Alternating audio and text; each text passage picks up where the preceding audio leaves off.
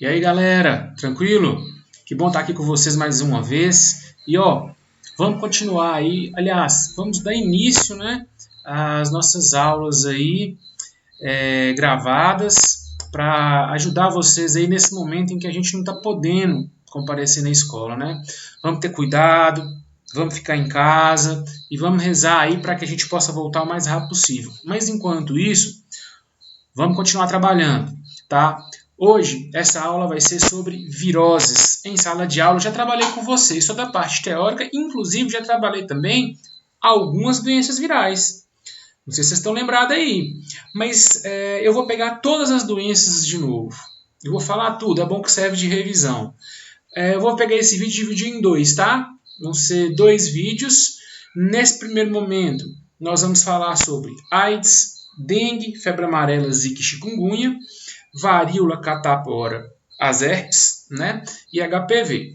Pronto, fechamos o primeiro vídeo. No segundo vídeo, a gente pega gripe, resfriado e o Covid-19, corona, poliomielite, hepatite, cachumba, sarampo, raiva e ebola. Aí a gente fecha. Eu sei que é muita doença, eu vou tentar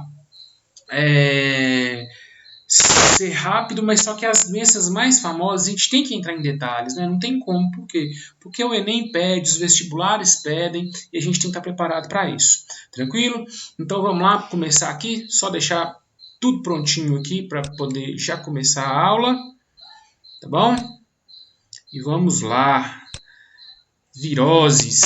Bom, meus amigos, então, olha lá. A primeira delas, vamos falar sobre a AIDS, que é aí talvez a virose mais famosa e que assola nosso mundo há mais tempo também.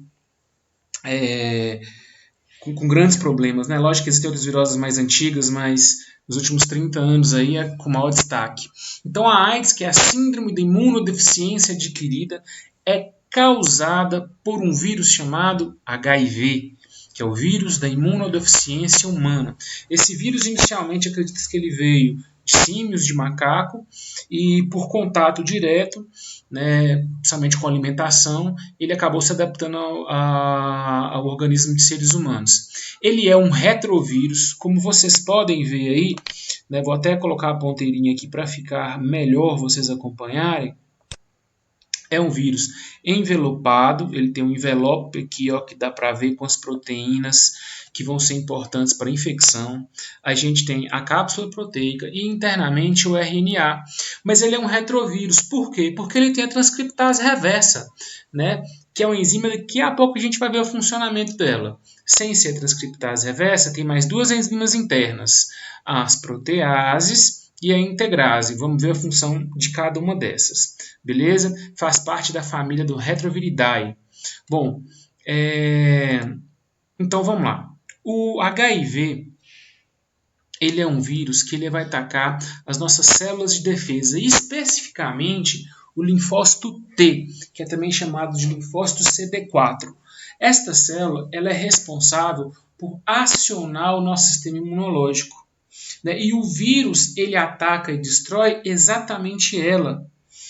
Existe uma frase que as pessoas falam que é o seguinte: ninguém morre de HIV, morre por uma doença oportunista. Por que dessa frase?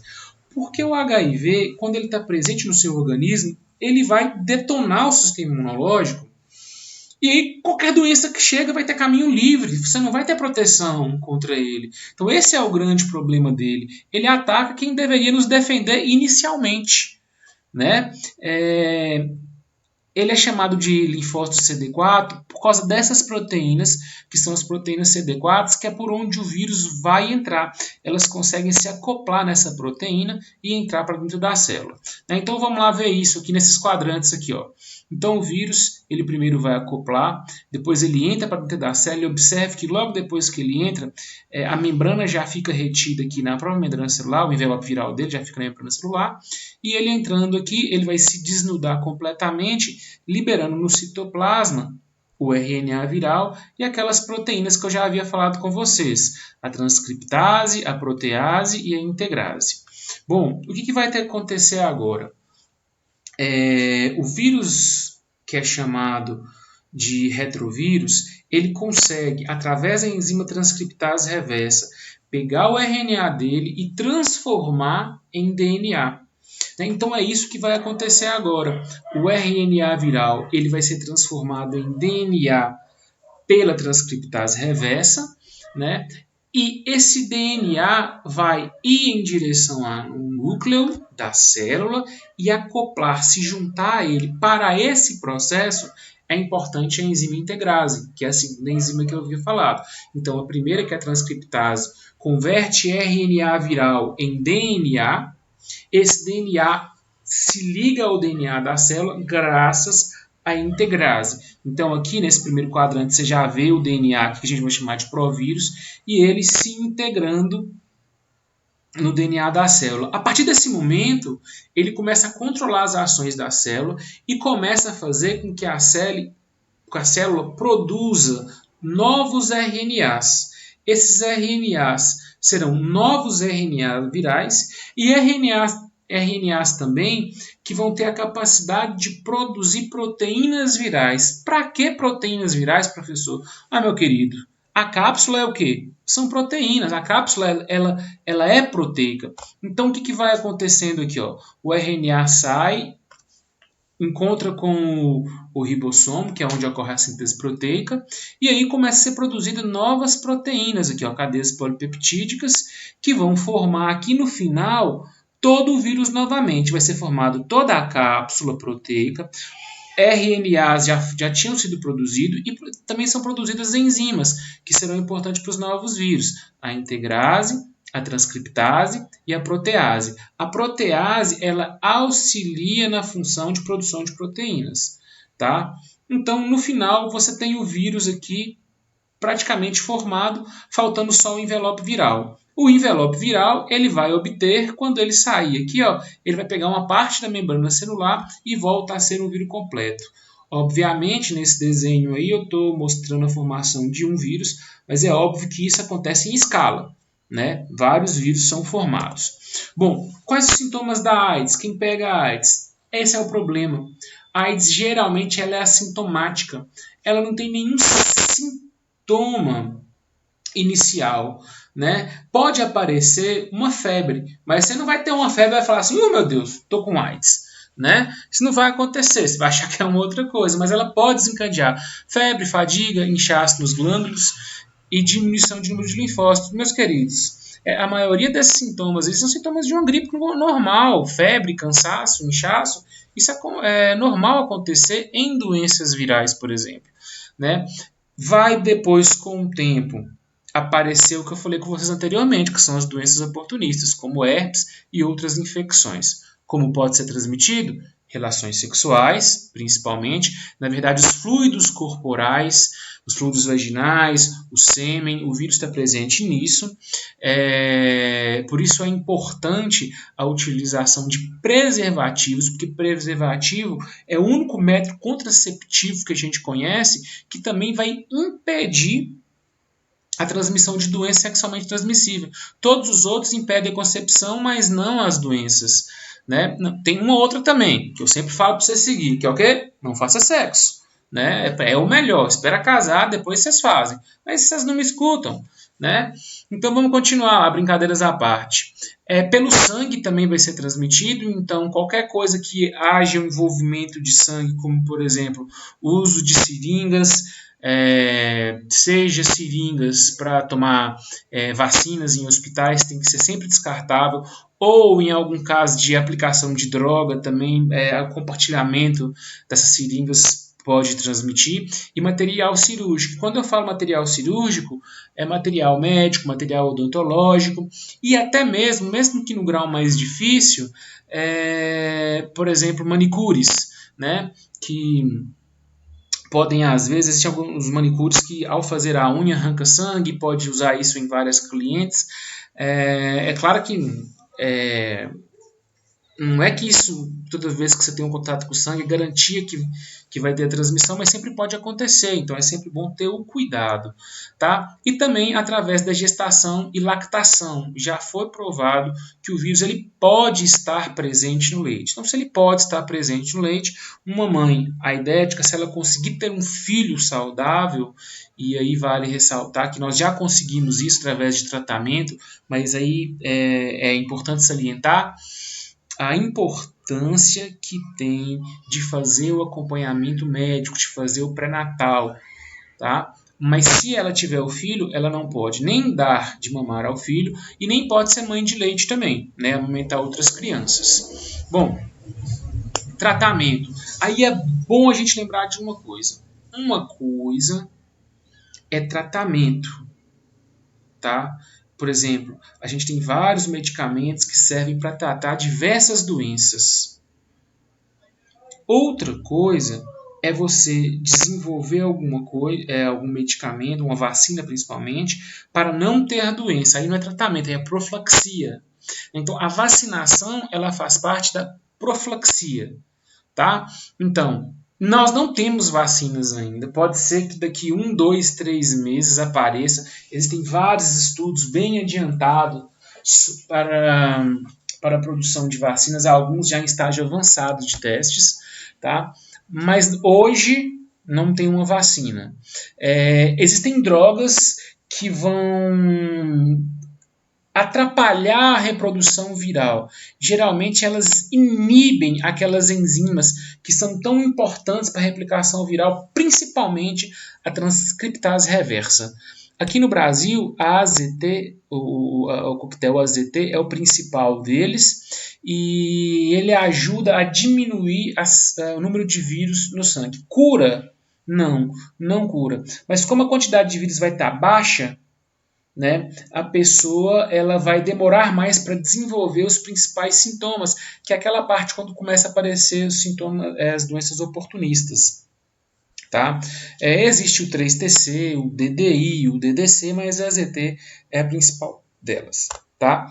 Esse gráfico aqui ele ajuda a gente a entender muita coisa sobre infecção viral. Tá? Então aqui é um gráfico de 3 eixos, onde aqui a gente tem a contagem de células CD4, que são nossas células de defesa. Embaixo a gente tem o tempo e no outro eixo a gente tem a carga viral. Então é sempre importante saber que nós temos que analisar de forma diferente cada uma dessas linhas. Essas linhas, na verdade, a sobreposição delas não significa que os números sejam iguais. Por quê? Toda vez que você for avaliar a carga viral, você tem que olhar deste lado do eixo. Toda vez que você for analisar contagem de células, você tem que avaliar deste lado do eixo, tudo bem? Então olha para você ver. Tempo zero, quando você pega a doença, geralmente você vai ter um grande crescimento da carga viral inicialmente, e obviamente se a carga viral está crescendo, a carga de células está o quê? Diminuindo, porque para ter vírus as células vão começar a morrer, tá? Depois disso, você vai ter um pico aqui de diminuição, e aí volta a ter o crescimento celular, né? Isso é até uma tentativa de defesa do nosso organismo. E aqui vocês podem reparar que está cortado as linhas, né? Por quê? Geralmente essa primeira parte que eu expliquei aqui é o primeiro ano, que vai acontecer até o primeiro ano, um pouco menos, tá? E depois o vírus ele vai se estabilizar. Ele não vai ter um crescimento muito grande, ele vai ter uma reprodução mais lenta. Isso pode demorar vários anos ou poucos. Por isso que está aqui, ó, de 1 a 15 anos. Não dá para falar, você tem a AIDS, com 2 anos você vai morrer, com 5 anos. Cada corpo reage de uma forma diferente. A gente sabe que pessoas que se cuidam mais, não bebem, não fumam, têm hábitos saudáveis, alimentação saudável, fazem atividade física, eles conseguem ter um prolongamento aí do aparecimento das doenças oportunistas. Tá? Então essa quebra aqui é porque esse tempo pode variar. E depois vai chegar uma hora que não vai ter jeito. Né? O vírus vai começar a reproduzir em grande quantidade, automaticamente as células começam também a diminuir, e essa contagem aqui é muito importante. Ó. Quando chega a célula CD4 de defesa, chega a 200 células por milímetro cúbico, né, a pessoa passa a ser considerada aidética. E é importante salientar. Existem as pessoas soropositivas, que são as pessoas que têm o vírus, mas não tem nenhum sintoma da doença, então ela não é aidética ainda, mas detalhe, ela já pode transmitir a doença. E a gente tem também, a partir desse momento, a pessoa aidética, que é quando o vírus presente no organismo dela começa a diminuir tanto as células de defesa, que essa pessoa vai ter espaço para o aparecimento de doenças oportunistas. né? E aí a gente chama elas de aidética, tá? Bom, então a AIDS fica por aí. Dengue e febre amarela. Aqui é o combo, né, gente? Dengue, febre amarela, zika e chikungunya. Por quê? Porque todas essas doenças podem ser transmitidas por esse mosquitinho aqui que vocês estão vendo, que é o Aedes aegypti. Lembrando que esse mosquito ele vai transmitir as 4 doenças, mas é o mesmo vetor, porém 4 vírus diferentes. Você tem o vírus da dengue, o vírus da febre amarela, o vírus da chikungunya e o vírus da zika. É o mesmo vetor, vírus diferentes. É um vírus de RNA também envelopado, do gênero flavovírus, e é transmitido apenas pelas fêmeas. Por quê? Porque são elas que são hematófagas. Os machos se alimentam de seivas. Seiva de planta. A fêmea é que vai transmitir. Tá? A principal característica desses animais é essas pintinhas branquinhas que vocês estão vendo aqui. Tá? Bom, existem 4 sorotipos de dengue diferente. Tá? O quarto foi identificado só na Costa Rica e no Brasil a dengue é endêmica desde a década de 80. Tudo bem? Geralmente a dengue 2 é um pouquinho mais forte que as outras. Como que acontece? A primeira coisa que é bom salientar é o seguinte: não é todo Aedes aegypti que vai ter o vírus. Ele tem que estar infectado para poder passar para a pessoa. Tá? Depois, quando o vírus pica você, ele vai picar para sugar o sangue e ele vai colocar uma saliva, que é como se fosse a saliva dele, que vai conter anestésicos e anticoagulante. Anestésico para você não sentir dor, tanto que a maioria das vezes você sente que você foi picado, o mosquito já foi embora. Né, que quando começa a coçar. E também um anticoagulante para o sangue ele não coagular enquanto estiver saindo lá. Mas nesse momento o vírus cai na sua circulação, cai na sua corrente sanguínea e ele vai infectar principalmente, tá, os vasos sanguíneos. Como eu coloquei aqui, ó, o mosquito infectado pica o homem, o vírus dissemina pelo sangue. Um dos locais preferidos do vírus para instalar no corpo humano é o tecido que envolve os vasos sanguíneos, chamado de retículo endotelial. Esse vírus vai causar uma inflamação nesse tecido, tá? Com essa inflamação que é causada, o sangue ele vai ficando mais espesso, ele vai circulando mais lentamente. Por isso é que dói o corpo todo, porque você tem vaso sanguíneo no corpo todo e ele está inflamado. E com o próprio sangue passando ali vai causando aquela dor, que é uma das características principais da dengue. Tá? E aí, o que vai acontecendo? O sangue mais espesso ele pode coagular e ter trombos. E esses trombos vão gerar entupimento. Né? Além disso, a circulação lenta, além da dor que está causando, vai causar baixa nutrição e baixa oxigenação dos órgãos. Se não for tratado, a pessoa pode ter um choque circulatório, o sangue deixa de circular e aí a pessoa pode vir a morrer. Tá? Os principais sintomas são dor de cabeça e muscular, vermelhidão no corpo, aumento das glândulas linfáticas e comprometimento das vias aéreas superiores. Né? Essa vermelhidão aqui, essas pintinhas vermelhas, elas são bem características e aparecem bem no final. Só que é bom salientar, gente, que depende muito da pessoa. Por exemplo, às vezes a pessoa pega o vírus tem todos esses sintomas, às vezes não. Por exemplo, existem pessoas que têm um mal-estar e quando nada muito grave, febre não tão alta como é comum, e aí depois ela aparece com as pintinhas e descobre que estava com dengue, né? Mas aqui a gente tem os sintomas. Como é que você vai fazer para cuidar disso aqui, né? Você vai, como qualquer doença viral, você vai combater os sintomas, meus queridos. Né? Então você vai tomar um remédio para baixar a febre, para diminuir a coriza, para cortar a dor de cabeça, para cortar a dor no corpo, hidratar o máximo possível.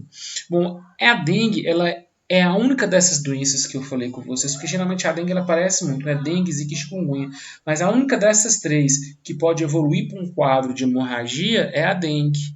Tá? E aqui a gente tem a foto de um quadro hemorrágica, né? Começa com hemorragias cutânea, gastrointestinal, nasal, gengival, toturas, quedas de pressão, e aí pode levar à morte. Lembrando que os vasos eles estão bem inflamados, há uma diminuição considerável de plaquetas, que são as estruturas celulares responsáveis pela coagulação do sangue. E aí o que vai acontecer? Vai acontecer que pode ter o rompimento desses vasos sanguíneos e começar a ter um quadro hemorrágico. Importante salientar que quando você está com dengue, não é interessante você tomar qualquer medicamento que tenha ácido acetil salicídrico. Por quê? Porque que é muito comum no AS, por exemplo. Porque o ácido acetil salicídrico ele tem um composto que atrapalha o funcionamento atrapalha a coagulação do sangue, o funcionamento das plaquetas. E então você já está com baixo número de plaquetas, já tem a tendência, né, a hemorragia, e seu organismo não vai conseguir controlar essas hemorragias. Então, geralmente, não é indicado que você tome ácido acetil salicídrico. Beleza? Prevenção, profilaxia, né? Geralmente as principais ações de prevenção são relacionadas ao vetor, é combater o vetor, tá? Então essas que a gente já está cansado de ver, né?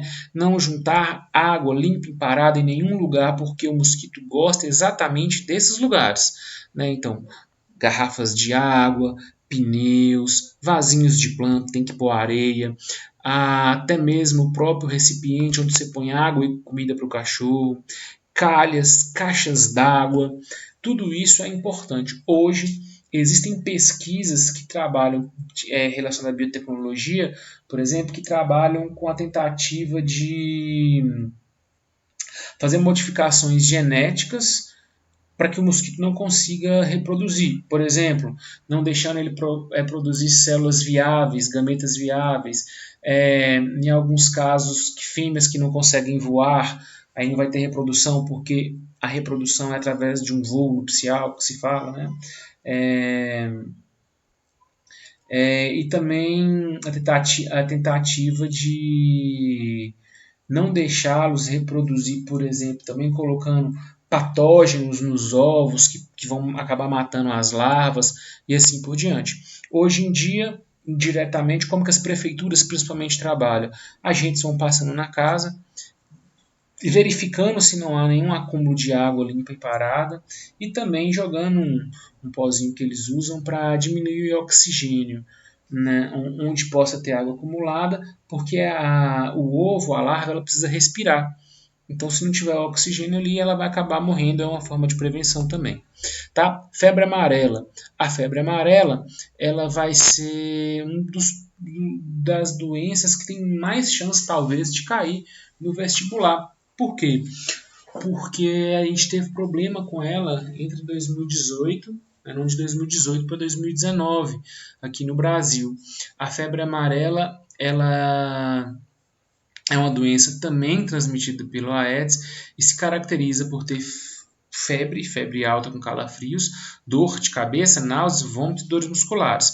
Geralmente se melhora de 1 e 2 dias e pode ter uma fase com sintomas mais graves, que aí já vai passar por uma insuficiência renal, hepática, com hemorragias e redução da frequência dos batimentos cardíacos. Obviamente, a pessoa pode vir a morrer por causa disso. Existem duas formas, e isso é importante salientar. Existe a urbana, que é transmitida pelo Aedes aegypti, e existe a silvestre, que é transmitida por um outro mosquito que é do gênero Haemococcus, né? Essas últimas que nós tivemos foram silvestres, graças a Deus. Né? Lembrando que o macaco também pode ser um reservatório, assim como o ser humano. Em 2018 tinha gente matando o macaco. Né? Ele não transmite para a gente, ele é um reservatório igual a gente.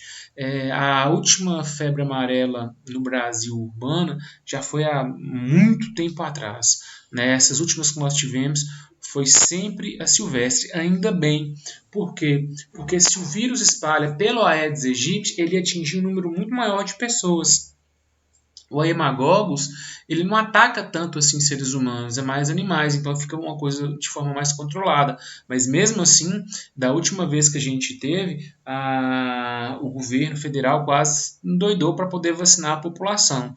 Né? E isso é uma notícia boa, nós temos vacina. Né? A vacina, ela existe, ela está disponível de forma gratuita e ela tem uma validade aí de 10 anos. Né? mas na última vez que nós tivemos problemas, teve que fazer o fracionamento, né? Uma dose dessa aí foi dividida até para 4 pessoas, para conseguir vacinar toda a população, ou pelo menos a maior parte dela, para evitar que essa febre amarela silvestre virasse uma febre amarela urbana, beleza? E aqui só um quadro de comparação da dengue, zika e chikungunya, né? Você pode ver que os sintomas são bem parecidos. Dengue, dor atrás dos olhos, tontura, manchas vermelhas, dor nas articulações, náusea, vômito, perda de peso, fraqueza, dor de cabeça, febre alta, sangramentos do nariz e gengiva. Lembrando que para evoluir para hemorragia, só a dengue. A chikungunya ela até se caracteriza mais por febres, às vezes, não tão alta, pode ter febre alta, né? Dor de cabeça, manchas vermelhas também vai aparecer e dor muscular. A chikungunya, ela, talvez das 3, foi a que menos teve problemas, né? Mas a dor que existe nas articulações no pé é mais forte que em todas, né, mais intensa, é o que mais caracteriza ela. E a zika, ela ficou mais famosa até pelos problemas que ela pode causar em gestantes. Né? Todo mundo lembra aqui muito bem quando a gente teve um problema em 2016, né, 2015 para 2016, que a gente teve um surto de vírus de zika no Brasil, e a gente teve toda uma geração de crianças que nasceram com microcefalia, né, causado pela zika, que é o mais caracterizou ela. Mas na pessoa adulta, os sintomas são bem parecidos com a dengue e chikungunya. É até difícil para o médico conseguir diferenciar elas ali, só fazendo a análise inicial ali dos sintomas. Né? Bom, continuando aqui, a varíola. A varíola é um vírus já de DNA, ela é facilmente transmitida. Você pode ver que na transmissão é saliva, contato com lesões e uso de tecidos contaminados. E a varíola tem uma coisa interessante, que é o quê? A varíola, ela já tem uma doença, ela já tem a vacinação, melhor dizendo, e é uma doença já erradicada. Porém, existem, né, indícios aí, né, que existem cepas virais da varíola guardada que ela pode ser usada em guerras biológicas. Né? Por quê? Porque a varíola ela passa muito rapidamente, e mesmo que boa parte das pessoas, no Brasil pelo menos, tem vacinação, mas não é assim no mundo todo. E ela vai causando essas feridas grandes aqui, numerosas pelo corpo todo, e a pessoa fica com a saúde extremamente comprometida. Né? Então isso poderia ser interessante aí numa possível guerra. Né? Herpes vírus, né? Catapora, herpes zoster e herpes simples. Também um vírus de DNA, primeiro a catapora, que é bem comum, né? Geralmente, quando a gente é criança, a gente já pega a catapora, e aí pega todo mundo também, né? A transmissão é muito fácil, que é pela saliva e contato direto, então entre crianças, esse contato direto, com lesão, com saliva, é muito comum, então se espalha rapidamente, e é caracterizada por essas bolinhas vermelhas que vão, erupções espontâneas, né, que vão pelo corpo todo e coçam demais. Se você estourar, elas podem deixar até algumas cicatrizes. De forma geral não deixa, mas pode ficar. Existe vacinação, mas porém ela no Brasil é só de forma particular, mas o nosso organismo recupera muito bem com a catapora. Geralmente quando você tem uma vez, você não vai ter de novo. Correto? Bom, a herpes aqui, primeiro a herpes zoster, né? Nós temos 3 vírus de herpes, né? O herpes zoster, a labial e a genital. Todos 3 atuam mais ou menos da mesma forma, né? Esses vírus têm a grande capacidade de ficar latente no corpo. O que é isso? É como se ele ficasse escondido, né? E geralmente eles vão infectar gânglios nervosos, o sistema nervoso, e ele fica escondido lá. Toda vez que você tem uma baixa na imunidade, ele aparece.